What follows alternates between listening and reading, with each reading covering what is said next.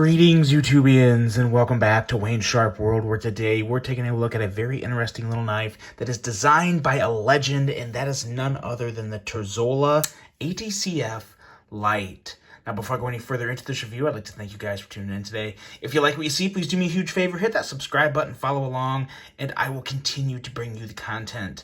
Now, let's take a look at some overall specs on this knife right here. We have an overall length of 6.9 inches with a blade length coming in right at 3 inches and a blade width of 880 thousandths. Blade thickness on this guy is slightly thinner than average, 110 thousandths, with Nitro V steel, a drop point style blade, a flat grind, a handle length coming in at 3.85 inches, and a handle thickness at a, well, I won't say very, but surprisingly thin, 390 thousandths. And a handle width at 800 thousandths with some G10 for handle material. And of course, you have that liner lock locking mechanism there with a user of a right or left hand tip-up carry with a pretty clever clip design we'll talk more about when we get into the handle and ergos. A weight coming in at a very reasonable 2.8 ounces. And like I said, designed by the one and only legendary Bob Terzola. It's like the guy has a whole separate life just in the knife industry. He has a lot of designs. He's just a very well-known figure in the knife community and industry, and has done a lot of work in a lot of different places. We have a price of $99.95. Not too bad. Not too bad considering the materials and, of course, the name behind the knife. I don't have any issues with that. Before we get into size comparisons, I want to give a huge shout out to Jared and Kara over there at Neves Knives. This was sent over to me by them for review, so I really appreciate that. And really love what they're doing over there. I'm sure if you guys don't know who Neves Knives is, you're very new to everything. Definitely look them up. They're huge. They're like as big as Knife Center in terms of subscribers. So they're pumping out some great content, and they're both just great people. So go check them out if you haven't already. Odds are, though, if you know who I am, you know who they are. So there's that. And now let's get back into some size comparisons with this knife. I'm going to start off with one that is very easy to do, but it just makes a lot of sense. The Civivi Elementum. And it's actually a very good size comparison. Very good, actually. Very different from an ergonomic standpoint, but in terms of just length, it's a really good one. But the two knives that I currently have in my collection that remind me the most of this knife right here is this guy right here. Wow, how did I botch that flip? The Civivi Odium. And another one that I think a lot of people probably already thought of if you follow the knife game really closely. This ATCF Lite may have reminded you of this right here. This is the Ferrum Forge Stinger, and it's slightly longer, but just the overall construction, it was the absolute first thing that came to mind for me.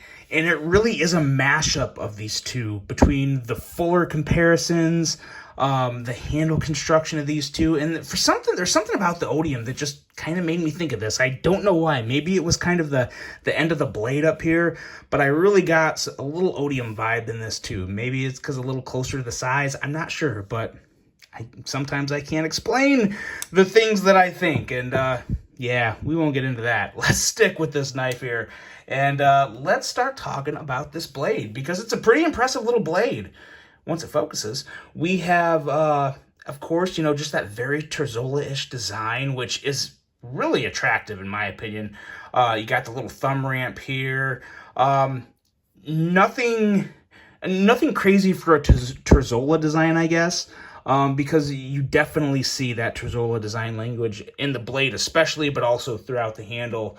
You have a nice amount of belly up here towards the tip, and you also have a very nice edge coming in at 16 thousandths, which is a little surprising. I feel like this might be made by Civivi. I'm not 100% sure on that, but that's kind of the vibes I get. If you guys know, let me know in the comments who manufactured this, but that would be my guess, not knowing one way or the other. We have a flipper that works very well in terms of a push button or light switch. We'll talk more about that when we get to the action, but a flipper that is really done very well, and an excellent milled pocket up here. This really makes the knife for me. Aesthetically and from a functional standpoint in terms of deployment, it is done about as good as it could be done. So very, very impressive there. And going into the handle and ergos, this is where things get maybe a little sour for me. So the ergos are not bad for me, but they're a little awkward for my hand. Like I kind of want to hold it like this, but then I'm running out of handle at the bottom. I like the thumb ramp, but if I use the thumb ramp, I have this going on, so I kind of want to choke up, but then my thumb is kind of pushing on this point here, and I move up here. I think this is probably my best, most comfortable grip for this knife, and I can't say I love that. But again, this is just one hand here. I think people with smaller hands are probably going to enjoy this knife a lot more than I do, and I like it as is. It just doesn't exactly fall into my hand the way I would prefer. This actually isn't too bad here either. This little area up here is interesting. I wish there would be a little jimping there. That would be really nice to kind of get that nice little pinch grip going. But you don't really have that. You can still use it, you know, obviously you just don't want to go too crazy with it because your finger could slide up. But in terms of the rest of the handle, it really does. It really reminds me of that Stinger construction, just, you know, the liner locks and a couple screws. You got your little backspacer back there, but then you also have the hidden lanyard area here, which I really like that, especially on a knife at this price. Really like having that hidden lanyard hole for the people that want to use it, because like I said, it doesn't affect me one way or the other because I'm not going to put a lanyard on there, but there are some people that really do like lanyards, so it's nice to see that. And I really like the way they designed not just this clip, but the way the clip is reversible too. Kind of just goes in, slides in through the bottom, so it's true ultimate deep carry. Well, maybe not ultimate because of the way that the handle's coming down, but definitely deep carry. The actual feel of the clip in hand is surprisingly better than I thought. I was expecting this area here to be a little annoying, and it's actually not annoying at all. So, surprise, surprise. It is a little strong though, and while I like the design of this, the whole flat area here and how strong it is, it just provides, I think, a little more strength than you need. But I would also definitely take that over the opposite of not having enough, and then you worry about the knife falling out of your pocket. So I'll take too much strength over not enough any day. As much as I really love the Terzola name and his design and his talent that he's brought to this knife industry, I am not a huge fan of the whole name on the pocket clip. No disrespect whatsoever meant towards Mr. Terzola, but I would just rather not see that there. It kind of hogs the pocket clip. Doesn't look too great, but hey, to each their own. When you become kind of a legend in the knife community, you can do whatever you want. So, yeah. But as for the rest of the knife, it's just kind of okay from an ergonomic standpoint for me. But when you get into this blade and actually deploying it, that's probably, I would say the action combined with the aesthetics are my favorite part of this knife. And this fuller here, yeah, good to go.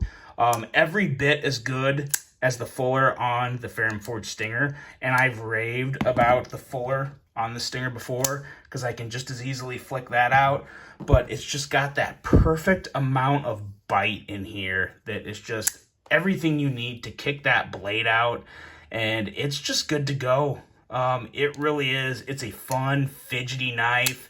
The liner lock access could be a little better. I would really love to see just a little more of this area here, maybe carved back a little and maybe flatten this out to where you have just a little more room, but you can still get to it. You just kind of feel like you're, I wouldn't say smashing your thumb in there. You feel yourself reaching for it a little more. It's not quite as effortless as some other knives, but still works just fine. And yeah, when it comes to fidget factor, I would probably give this a surprising 10 out of 10. I think a lot of people would give it at least an 8 or a 9, but this fuller is just so good. I love an effortless middle finger flick, and you have that with that fuller. It's very, very easy. And for those that just prefer the flipper, has a very nice, satisfying, clicky, thwacky flip. Very nice detent, and just good to go from an action standpoint. Overall thoughts on this knife are pretty darn good. Like I said, it may not be the perfect knife for me because what I would like to see with this is just a slightly bigger version. If I could get like a 3.25 inch blade or a 3.5 inch blade, I think that would make the handle big enough to where it would really fit perfectly in my hand.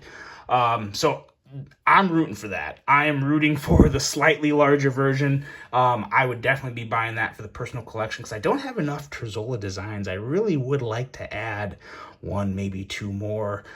So really hoping they come out with a bigger version of this. But like I said, I think a lot of other people with maybe just slightly smaller hands would love this knife. Super, super good. And one that I think is definitely worth taking a look at if you like that middle finger flick, if you like just a good quality flipper under $100. It's a great option. Let me know what you guys think of this one. Really hope you enjoyed this review. Hope you have a great rest of your day. And until the next one, I'm out.